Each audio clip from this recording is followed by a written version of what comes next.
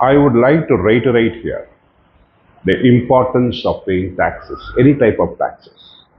It is for your nation, it is for your future, it is for your country, it is for yourself that you are building up this. Every year we are unabashedly, or we are not ashamed to say that so many rich people have left this country for other countries. Aren't we ashamed about it? That we cannot build a country and a powerful country, a country which everybody should be proud of and to return to this country, to be a part of the growing nation. But every year we hear only complaints and people with resources, people who are brilliant, people who have capabilities, people who have resources. These people are leaving this country and they are looking at other opportunities. Why? It is because that we have not given enough importance to our country. And we give importance when we take the action on our part. And one of the fundamental action is yes, with all the available information, with all the available exemptions, with all the available opportunities, let us pay my tax correctly and duly. See, there are sections of people who don't take this country as their own. It is not theirs. But for Indians who have born here, bred here, lived here for thousands of years, with ancient history behind them, this is their only country available to them. When somebody of that nature leaves this country, it goes to show to what levels we have descended to. Please don't treat this country as a gravy train. And don't treat this country as just an opportunity for getting out. Treat this country as your own. Treat this country as part of yourself. And then you will understand why all this trauma about paying taxes will be it will be a kind of a chalta hai. Yes, it has happened. We have to pay our taxes. We are living here. Our country has to grow. Let us give the money to the country so that the people at the helm of affairs will be able to take. Many of the people who have opportunities here, who live off India, the gravy train as I call it, have incomes abroad. They have opportunities to buy out a citizenship anywhere in the world using Indian money. And then we call it NPAs in the banks. We call it, write it off as losses. But suppose we make this country a beautiful country, a great country, I'm sure this will come to an end. Unless we put an end to these opportunists who like to live off India, and that opportunity arises only when you serve your country as a part of the nation. Why I'm talking about this trauma of income tax and taxes. Why are we having these problems? It is because we have been ingrained within ourselves that we should cheat in order to survive. It is not necessary. It is not necessary to cheat and survive. If you live the right life, if you live the right, give the right opportunity. Today there are a lot of opportunities, huge opportunities available for all the Indians available. You can look at the Atmanirbhar effort which has been put in by this government.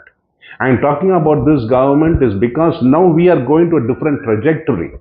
The past is the past. We had difficulties, but it's because of the growth stage. Let us not blame the past people, the government. We should not blame them because that was how they could bring out this country of the difficulties of what we experienced after independence. So let us not put blame as we people say, yes, this fellow did this. Yes, this fellow did this, that fellow did. Let's forget about it. Let us take it forward, keeping behind. Let us move the slush away and let us have a keen pathway for the water to flow. That is important. So my my thought process which I am expressing to you is that let us learn to live and I'm talking about only about this particular aspect of taxes. Other things I will talk later. I'm talking about this only aspect of taxes because everybody talks about taxes as if it's a traumatic, it is what you call getting into a hospital for a operation which is incurable disease. No, it is not so. It is something which you should take steps for your help, for your assistance. Because if I'm going to read out a lot of these exemptions available for you, I told you yesterday, take care of first of your interest. What is the interest? Your interest is your room, your house rent. That is allowable as an exemption. Your medical exemptions, that is available as an exemption. Your insurance premium, that is available as an exemption. Education to your children, a portion of the available as exemption. Medical health payment on behalf of your parents, that is available as an exemption. You can imagine the amount of what you incur as a part of your life expenditure is allowed an expenditure and only the balance you pay taxes. That is where I'm slightly differing. My only point is take all that into consideration. After that, your regular expenses, your life expenses. I'm sure your children would like to go for a movie, will like to go buy, your wife would like to buy a jewelry, your daughter would like to go for a mall.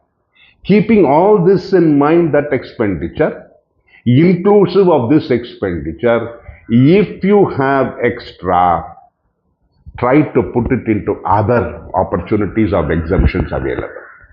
Don't put it into other opportunities which are available just to save tax and deny yourself the current pleasure of living in India. If you are able to understand of what I'm trying to convey to you, you will understand that I am trying to put forward a new thought process within you. The new thought process is don't put everything into somewhere just not to pay taxes. No, that is foolishness, that is stupidity, that is the dumbest activity anybody can indulge in. You're given so many, keep those exemptions in mind when you start looking at your taxation. Keep those exemptions in mind as you start the next year. Say the next assessment year will be 24-25. For 24-25, you have 23 and 24. You know your annual income, a possible income flow will be available to you, a possible cash flow will be available to you, and the possible expenditures which you will incur. Keep that in mind. Make a list of that. Make an Excel sheet, as you call it nowadays, modern. Make an Excel sheet. Look at that expenditure which you would like to incur. Then the additional expenditure which may be a necessity, like your food expenses, your traveling expenses, your petrol expenses, all that will be available. You can take that into consideration, which are not allowed. But that is an exemption, which expenditure which you need to incur. Then an additional expenditure is a movie, a jewelry, a dress, an additional dress for your daughter or for your son, a shoe, a beautiful shoe for your son, a gym membership. All these possibilities to take an expenditure. After all this, if you have any additional money which you feel that you would like to save tax on, you put that into all the other exemptions. But I'll give you one more thought process. Think about investing, pay the taxes, but invest that surplus in some kind of a interest earning investment. An earning like something like a bond, something like a FD which is available for 365 days, a share which is giving 180% dividend over the years, something like that. Start looking at those investments. Don't invest that money. I will not invest it because I don't want to pay tax, so I'll put it somewhere and I will not pay tax. Don't do that. Don't change your mind, change your thinking process. Think everything beautifully. That additional money which you're going to invest, you're going to receive after 15 years or 12 years or 25 years, putting in insurance and life insurance, and you're going to get 2% return after 20 years. Just think about it. Rather than that, suppose you put that small amount of money into a recurring deposit or into something. You may see the flow of interest which is coming over the years rather than paying taxes will benefit you more, and you will see your standard of living going up. So my request and my thought process would be that think about all these before you decide, and just think of just take the advice of just put this here, you will save tax, you will not pay so much of tax. Put this here, you will not pay tax, you save so much. Is saving of tax important, or is it your cash flow of the future that is important? You must look at it. Life is cash flow. And life in cash flow would mean that you would require a certain funds of money at certain periods of time.